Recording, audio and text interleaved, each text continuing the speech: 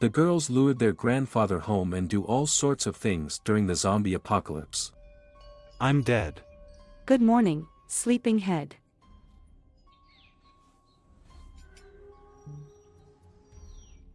Wait, I'm in heaven. Are you three angels of mercy?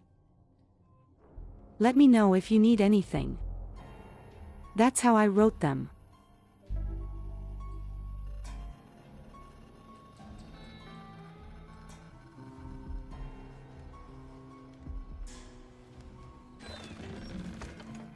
I'm sorry you saw that.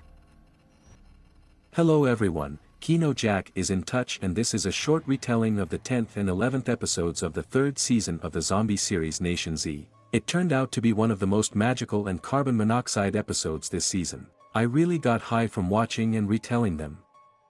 Therefore, if you are on this channel for the first time, then follow the links in the description and watch the series from the very beginning. And as soon as this video gets thousands of likes, I release the next part. Enjoy watching.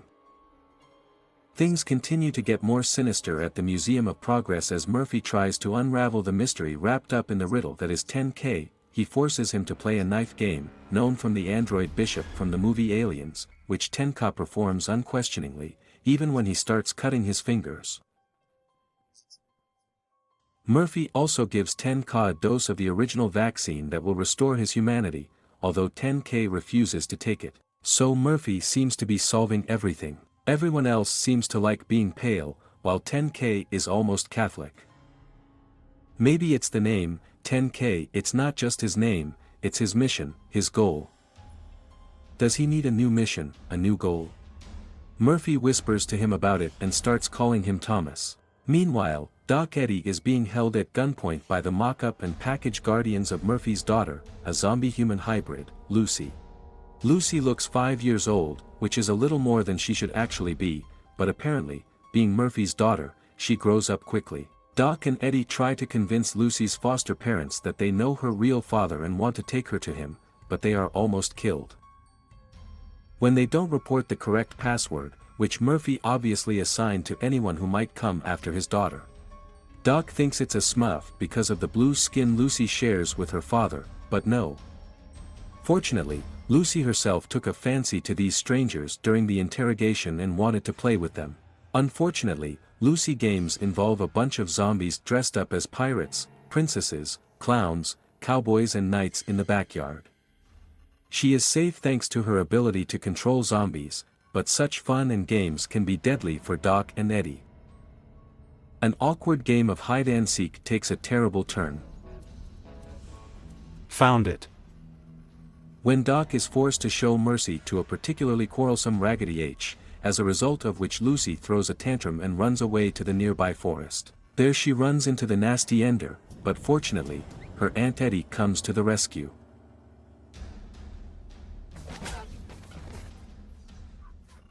Back at the house, Lucy asks Doc about her mom, which leads to an epic retelling of the story of Murphy and Serena with some fabulous touches. In the story of Doc, Murphy and Siren, the king and queen of the apocalypse, and Lucy was conceived while baking blueberry pie, which of course explains why she has blue skin. But why did Lucy's mom leave her? Well, after mom fought off the zombies who wanted to harm Lucy, she had to go on vacation to a distant country. Everything seems to be going well. In fact, Kettle's mom and dad agreed to let Lucy go on a trip with Doc and Eddie to see dad. Unfortunately, a man appears and spoils all the fun. He stabs and ties up Lucy's foster parents, which makes them think that Doc and Eddie have been lying to them all this time. The man knocks out Eddie and drives off with Lucy, after which Doc is forced to show mercy to an enraged package. The grief-stricken machete doesn't kill Doc at all until Eddie comes to his senses and finishes her off with a blow to the chest of a garden gnome. So, what's the best way to track down the man and get Lucy back? Doc and Eddie decide to split up. Doc runs to the nearest antenna to try to contact Citizen Z or Roberta, and Eddie jumps on a motorcycle and gives chase. Meanwhile, Lucy doesn't let her abduction go smoothly. In the car, she hangs out with a man incessantly, and when he tries to shut her up with a taser, she just screams with delight, "Do it again." The man goes to extreme measures, covers Lucy's head with a hood and ties a rope around her neck. It seems that Lucy mentally shares this experience with her father Murphy, who suddenly becomes hot and hard to breathe in Spokane. And that's not all. When a person takes off his hood, a surprise awaits him. Lucy has aged another 5 years. The episode ends with Tenka coming out of the Progress Museum and looking at a piece of paper on which his new assignment from Murphy is written. We can only make out find Roberta and bring her to me, although the rest is ominously obscured.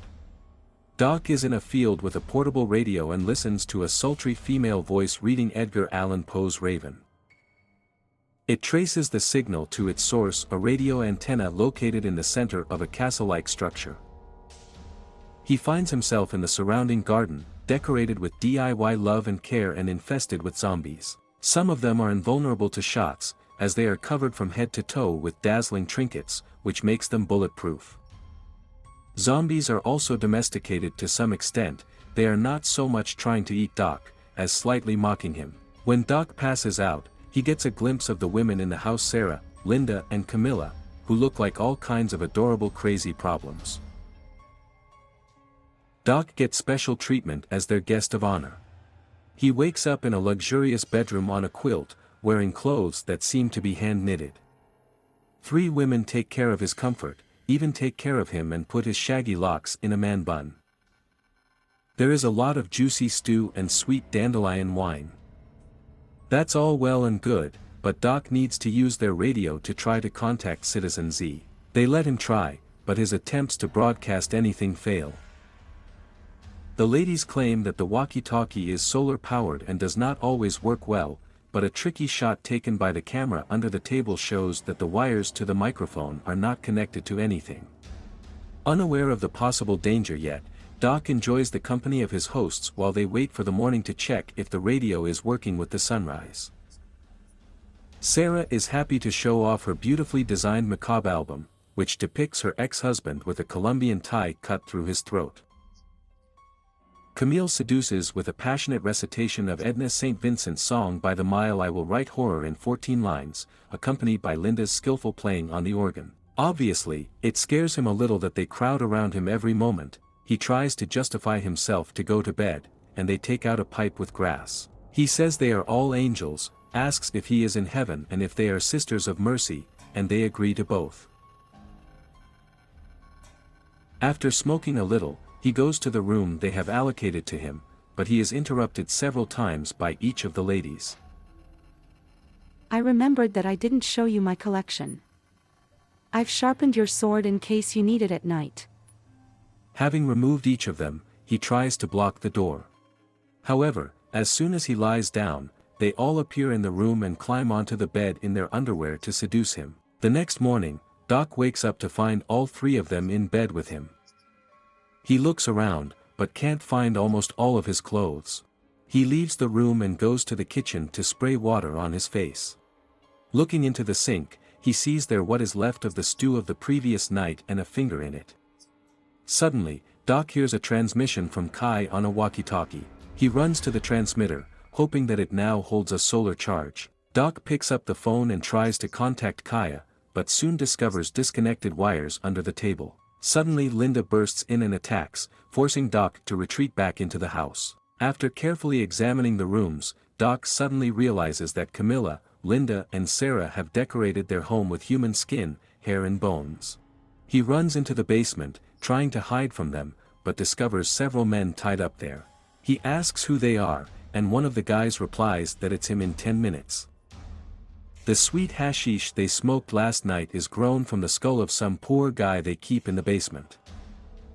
There are other prisoners, their flesh and bodies are used to provide the ladies with raw materials for creativity. After Doc manages to free one of the prisoners, he returns to the living room, where he finds 3 women wearing masks made of human skin and with a rather scary weapon.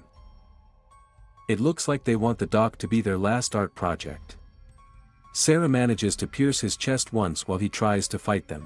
But, fortunately, prisoners appear from the basement and attack, allowing Doc to retreat to the radio tower and lock himself in there. Doc manages to fix the radio and contact Citizen Z, who is surprised and glad to hear from his old buddy. Doc asks Z to give Roberta an urgent message. Lucy is kidnapped by a man, and she and Eddie set off in pursuit. At this time, Camila, Linda and Sarah break down the door to the radio tower, but Doc manages to climb the ladder to the top of the antenna. The ladies decide that they will just sit and wait, drinking tea and watching what is happening, because in the end he will have to come down, right? Doc is taking drastic measures. He knocks out the carrier cable and starts swinging the antenna back and forth. As a result, she falls and lands on the other side of the fence. "Peace be with you, bitches," Doc exclaims, falling down with the antenna, and runs away across the field in his pink robe. Returning to the Northern Light listening station, Kaya was able to track the last transmission of a person on a mobile phone. Now they have his coordinates and Lucy's coordinates. It remains only to give them to Roberta, but so far she is not answering Citizen Z's calls. The episode ends with Doc stealing a bike from a zombie and going to reunite with Eddie, Asra.